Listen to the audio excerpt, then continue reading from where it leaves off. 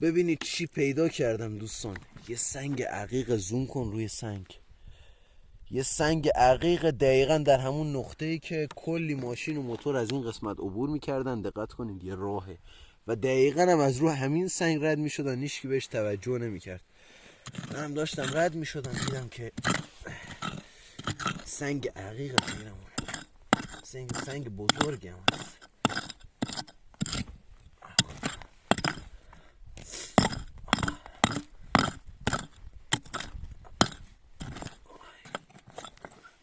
اوه، اصلا انتظار اینو نداشتم. بذار ببینیم کلی سنگ یا ناخالصی هم داره. بشکونش به نظرم. ببینم همه سنگه.